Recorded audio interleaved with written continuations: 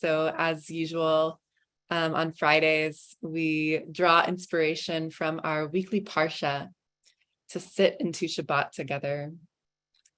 And today's Parsha is Devarim, Parshat Devarim, which begins with Moshe, with the prophet Moses, speaking to the Israelites as they prepare to enter the land of Israel after this long journey, these 40 years of wandering in the wilderness. And although one might expect words of congratulations at this time, his first words here are actually words of rebuke. Moshe is recounting to the Israelites some of the not so wonderful moments that have happened over the wilderness, some of the moments when they've missed the mark, when they have sinned, and the sins and the kind of misdeeds of the previous generations as well. So it brings the question, why at this moment? Why is it at this moment that we have this examination of their past mistakes? And in our tradition, there's a concept called tochecha. Maybe you've heard of it. Tochecha means basically compassionate rebuke, kind of similar to constructive feedback. And we first come across this concept, this word in Leviticus, in the Torah, where it says, Lo tisna et achicha b'levavecha, you shall not hate your fellow in your heart. Hokacha tochicha et amitecha velo tisa alav hat. So you should surely rebuke your friend. You should give this kind of compassionate rebuke or this constructive feedback to your friend so that you do not miss the mark because of them. So you should not hate your neighbor or bear a grudge for your fellow in your heart, and you should surely rebuke them. It says this word tochecha twice here, really emphasizing the importance of giving feedback, of giving criticism in a compassionate way. And as it says that you should not hate your fellow in your heart, it's really acknowledging here that this isn't easy to do, right? It's a matter of the heart. There's a lot here emotionally. When someone misses the mark in their action, when someone's intention maybe doesn't align with their impact, there can be an emotional weight there. And yet if we don't offer our feedback, if we don't let them know of that impact in a compassionate way, right, in a skillful way, we are impacted as well. We might miss the mark. That might be because we begin to bear a grudge, or our perception of them starts to change, which is going to impact how we perceive them. It's going to impact our relationship. And so it's emphasizing the importance here of this action and acknowledging that it's not easy, right? It's not easy to be honest when something doesn't feel good, when something doesn't feel right, and to communicate about it. In the Talmud and Talmud Bavli, it is taught in a Baraita. Rabbi Tarfon says, I would be surprised if there's anyone in this generation who can receive rebuke. He says, I would be surprised if there's anyone here who can actually receive constructive feedback well. And then Rabbi Elazar says, I would be surprised if there's anyone in this generation who knows how to give it well, who knows how to offer tochecha correctly without shaming the person that they are giving that feedback to. So it's not easy. It's not easy. And we can all probably relate. Maybe we've had a moment in the past of receiving feedback from someone in a way that felt maybe too harsh or just too hard to receive. Or maybe we've had a moment of someone really missing the mark in their actions towards us, and we wanted to offer some feedback, but it was really scary, right? Because we're not sure how it will be received, if they'll take it too harshly, if they'll take it wrongly. So how do we offer tochecha, this compassionate rebuke or feedback, to others and even to ourselves with clarity and with love? Clarity meaning a clear intention, right? What is our intention in offering it? How can we be really clear about what we're saying? And how can we do so in a compassionate way? And similarly, how can we receive it when it's our turn to receive it with graciousness, with gentleness? I find in my own life that when there is someone who's able to give me feedback in a way that truly is loving and that truly is skillful, it could be one of the greatest gifts to receive. Because how else can we learn about our blind spots, right? Unless someone is able to bring into the light of our awareness something that we weren't able to see ourselves. And yet it has to be done in a loving way. Our tradition teaches the power of the combination of the qualities of chesed and emet. This shows up everywhere. It shows up in the Torah describing God as having these qualities of chesed and emet. It shows up in the Psalms. Chesed and emet, loving kindness that is also balanced with honesty and truth. So can we be honest? Can we be truthful about where we might be missing the mark in our own lives and where others might be as well? And then can we address that with tremendous chesed, with loving kindness, for the sake of our growth, so that we can learn how to love ourselves and one another more on the mark, right? With more alignment between that intention and the impact. In the Talmud, it actually says that love without rebuke, love without feedback, without this constructive criticism is not love. We need it in order to grow. And so in this Parsha, Moshe is giving us an example really here of the importance of offering tochacha. And it's interesting that this Parsha is read on the Shabbat that precedes Tisha B'Av. So next week on Tisha B'Av, we commemorate the destruction of both of the holy temples in Jerusalem and historically many other calamities that befell the Jewish people on this day. So it's a day to be with the reality of grief, of inconsolable loss and destruction. And the Talmud states that the reason for the destruction of the temple was that people failed to rebuke one another. They failed to offer one another tochacha in a skillful and compassionate way.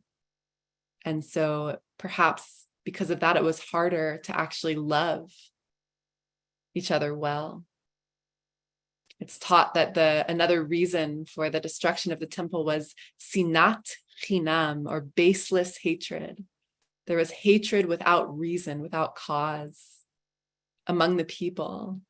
And so Rav Kook teaches then that the antidote to sinat chinam, to baseless hatred, is ahavat chinam, baseless love. Love without reason. Love that has the capacity to hold everything, whatever arises in our experience, unconditionally, indiscriminately. Just like chesed flows like water. It wants to go everywhere. Everything can be held in this love. And so I want to invite us into our practice today with this inspiration that we can hold whatever is arising in our experience and our awareness in that greater container of ahavat chinam, unconditional love. Meeting whatever arises with love. And then within that, honesty, the honesty of emet, of truth, softened with the loving kindness of chesed, that loving response. And so I invite you to settle into your posture, a posture that will be supportive of mindful presence.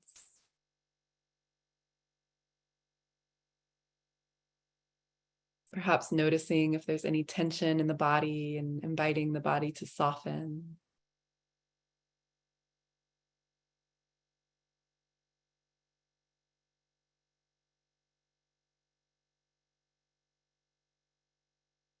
Allowing the attention to rest on a gentle anchor in the present moment in the body. Perhaps the breath or another sensation.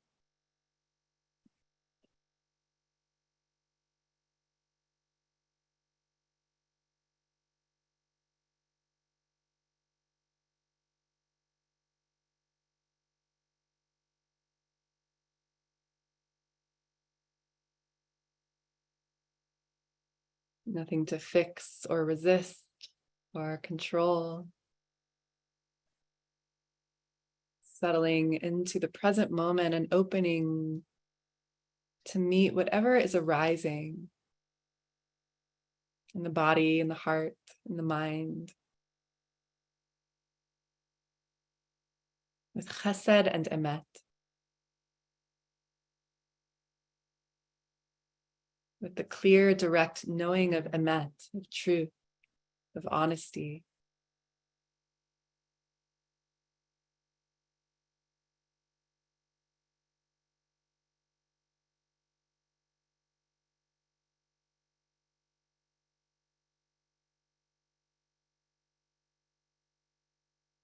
Knowing what is happening as it is happening. The breath, a sensation, a thought.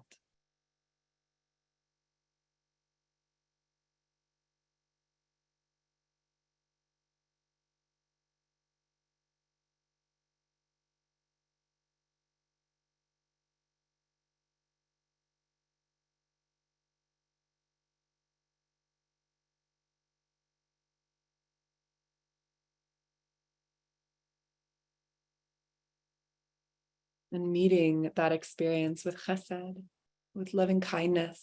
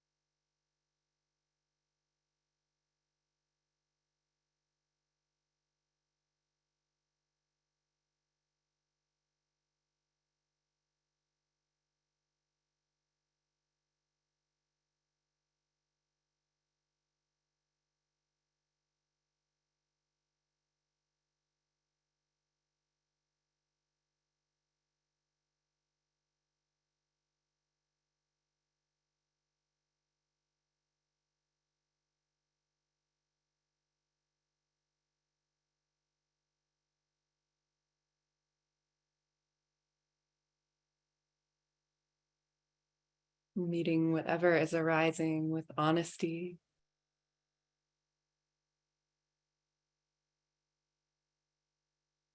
with clear, direct knowing.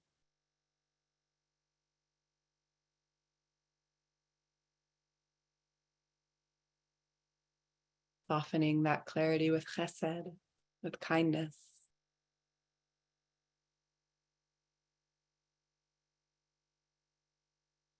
Holding it all in that vast, spacious field of loving awareness.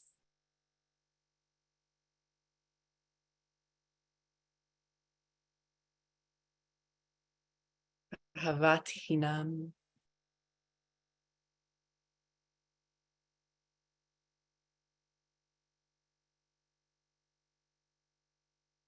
Unconditional love.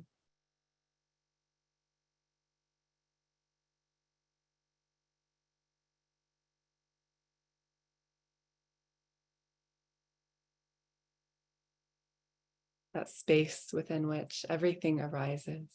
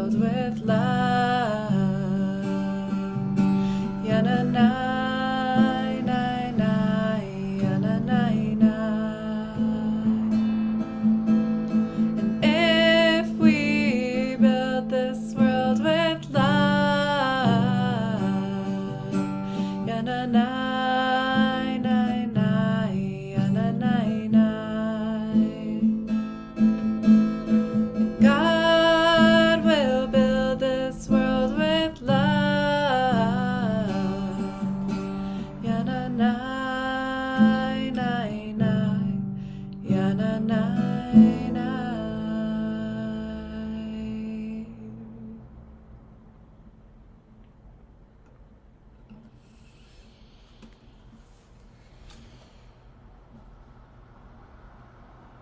Thank you for your presence and your practice today.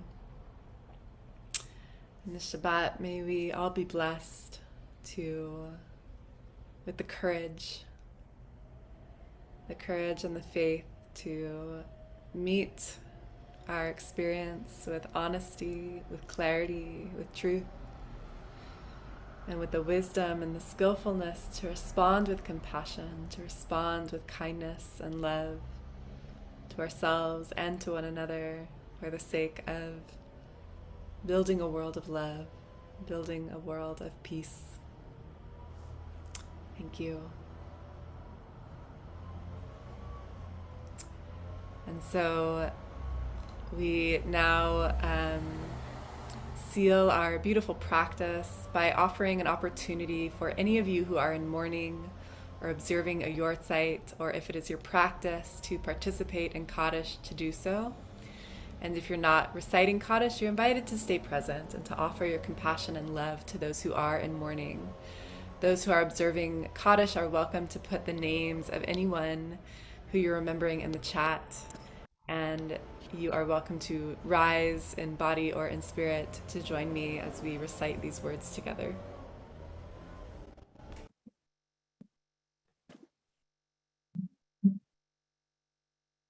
Yitkadal, Vikadash, Rabba, Yamlik Makute, Yamlik Makute, Vayikon, Yamlikon, Yehovi Israel, Hagalah, Bizman, Amen. Shmei Yitbarach V'Yishtabach Ha'ar Yomar Yaseh Hadar Yisrael Yidet Amin Kobe Yisrata Kavanetha Matada Amiran Biama Amen Shalawaba Israel Israel Shalom Yamar Kuya Shalom Israel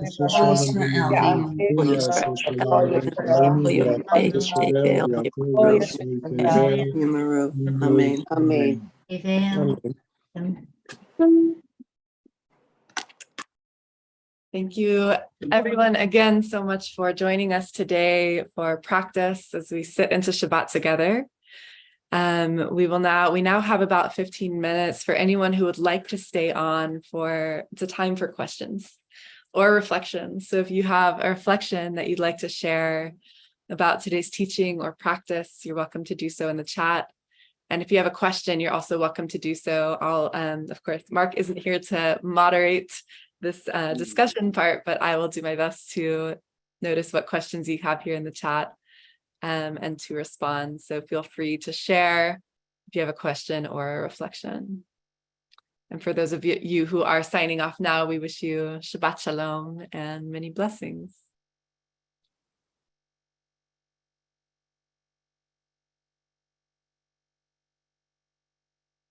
Okay.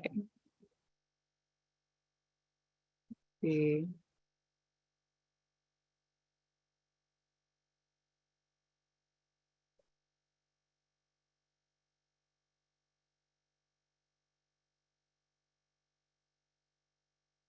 Could you please put in the chat the transliteration for the Hebrew words for unconditional or baseless love? Yes. Let me write that right now in the chat. That was ahavat chinam. So with transliteration, there's never a perfect spelling. It's all about just how it sounds. But this is how I spell it. Ahavat chinam.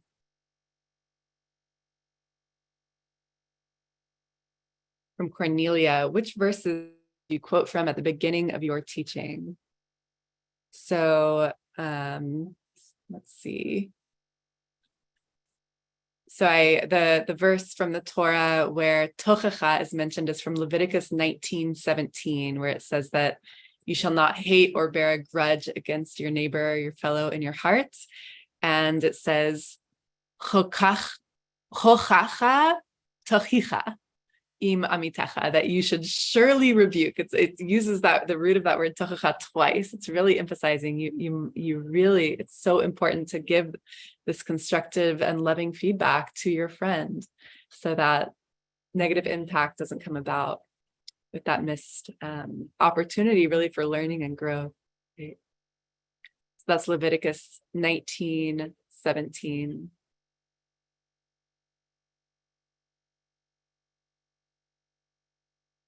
Please spell the Hebrew word for compassionate rebuke. Talmud portion about love without rebuke is not love. Yes, so the word is tochacha. Here, let me put it in chat.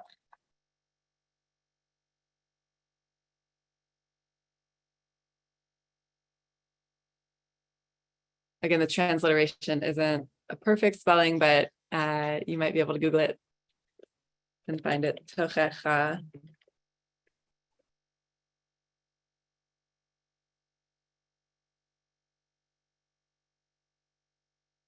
What about the case when someone rebukes another with anger, almost as a diatribe, and verbally condemns the other and impugns their character and explicitly and forcefully rejects an apology? How might we be expected to hold that with unconditional love? This is a really important question. And you know, the anger, how common it is for rebuke, for criticism to be offered with anger, and I think we can all relate to the way that when it's offered with anger, it's often met with defensiveness. Is very common, and in Orchot Tzadikim, it speaks exactly to this. That just as the angry person does not accept rebuke from others, so they are not able to administer rebuke to others, and that when we offer rebuke with an angry voice and with wrath, it's more likely to cause shame, right? And when that criticism or the feedback is offered in such a way and that it causes shame, it's not going to have that loving impact. It's not really going to help someone to grow. And so the question is, how do we offer feedback? How do we offer criticism in a way that won't shame the person, right? And so it says here concerning this, it says in Kohelet and Ecclesiastes, the words of the wise are heard gently. That is to say, the wise person speaks gently. We speak with gentleness. And so to your question, it's, you know, I think just speaking personally, it's really hard to receive feedback when it's offered angrily. And I know for myself, sometimes I really need to take time to kind of digest and process what was offered to me so that I can separate the anger from potentially if there's something in there that's actually important for me to hear, and then to not take it personally and not to take on that shame or that embarrassment, and to really be able to examine after there's been some space to process all the emotion.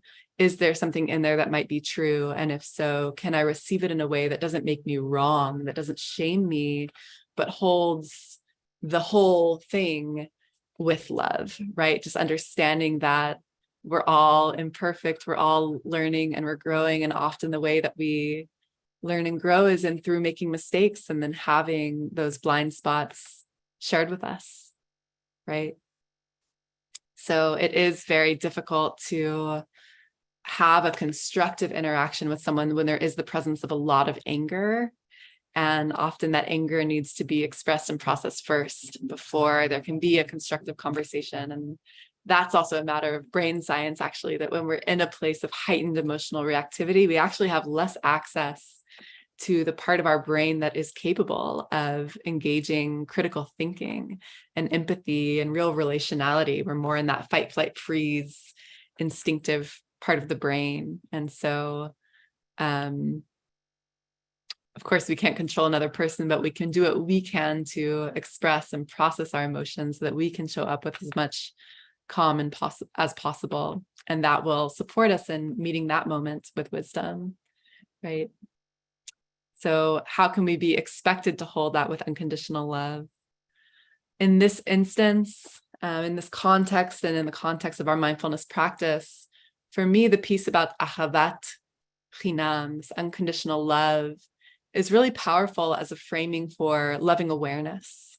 for that quality of awareness that is present no matter what is going on in our experience, that is aware. It's kind of the space, the background, the container that knows what is happening. And just as the sky is fundamentally unchanged as the weather moves across the sky, even if it's like the craziest thunderstorm, it will pass and the sky remains unchanged.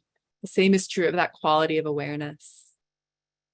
And it's kind of a sacred question to bring in an exploration for our own practice. Is there a way in which that awareness itself, the awareness that is unchanging beneath the surface of what is happening in our experience, is there a way that the quality of that awareness itself actually is loving, actually is kind?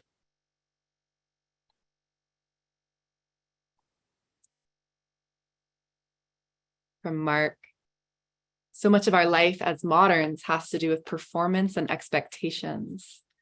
We don't live much of our lives with persons who share the same compassionate sensibilities.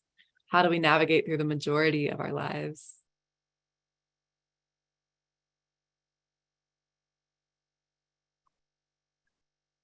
Yeah, the beautiful, one of the limitations, but also a beautiful thing about mindfulness practice and also compassion is that it's only ever something we can do, right? As much as we wish that the people around us and the people in our lives would be more mindful, would be more compassionate, it's only ever something that we can do.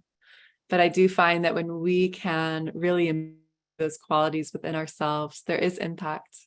And it's not even necessarily like through what we say or what kind of wisdom or advice we might offer, but simply through that embodied presence. There can be ripples on the people around us. And, not to say that things change overnight or in the way that we necessarily expect, but I think it's more powerful than we might think, just the presence that we can bring to others in our lives, to our world, even in the presence of profound brokenness, which is something that this month of Av and Tisha B'Av is really inviting us into to encounter with emet, right? With honesty. And so what does it mean to be mindful, to be present, to be compassionate, to be in touch with our own wholeness, even in the presence of that brokenness? From Sandra, what if a person will not take compassionate rebuke from you and just gets mad and yells? I've learned it's better not to give it and protect myself. Yeah. So again, just acknowledging that this topic of giving and receiving compassionate feedback, constructive feedback, is not easy. And even the tradition has a lot to say about that, right? That story from the Talmud, like, is there even one person in this entire generation who knows how to do this well? It's really an art. It's something to learn over time and something to explore. And, I think there's a lot there as to when and how to give it well. Sometimes someone is just not ready to receive it. It might be really the wrong moment, the wrong timing.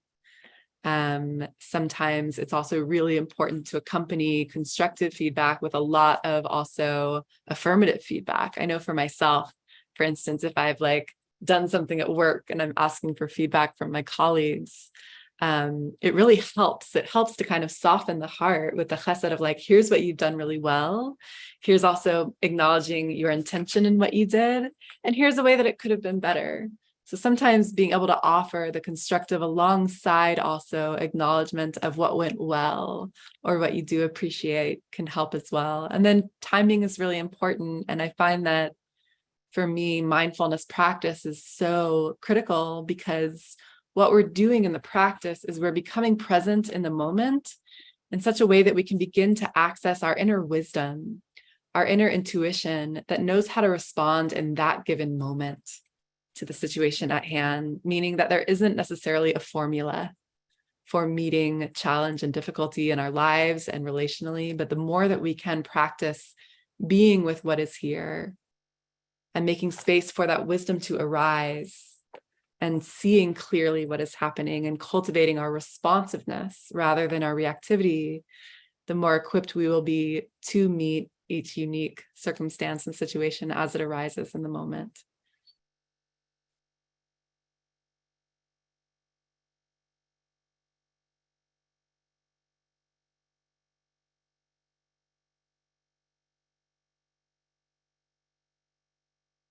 reading some of the questions and reflections. Deborah's question about the song, that was Olam Chesed Yibnei. I will build this world with love. You must build this world with love. God will build this world with love. That was from Rabbi Menachem Creditor. He wrote that song actually after 9/11. And he was walking through the remains of the World Trade Centers, and that song came to him.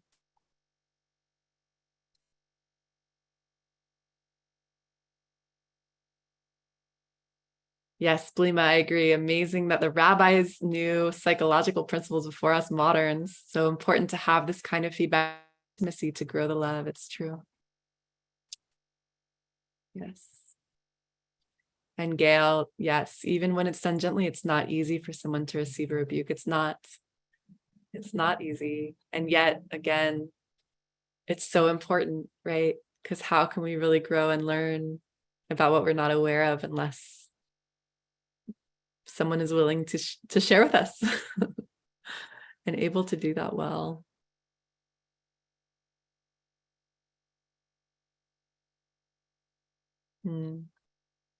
Beautiful reflections. This is wonderful from Shem. Absolutely. So asking for consent, when it's framed as feedback, we can ask first if they're open, willing, and able to receive it. That's beautiful.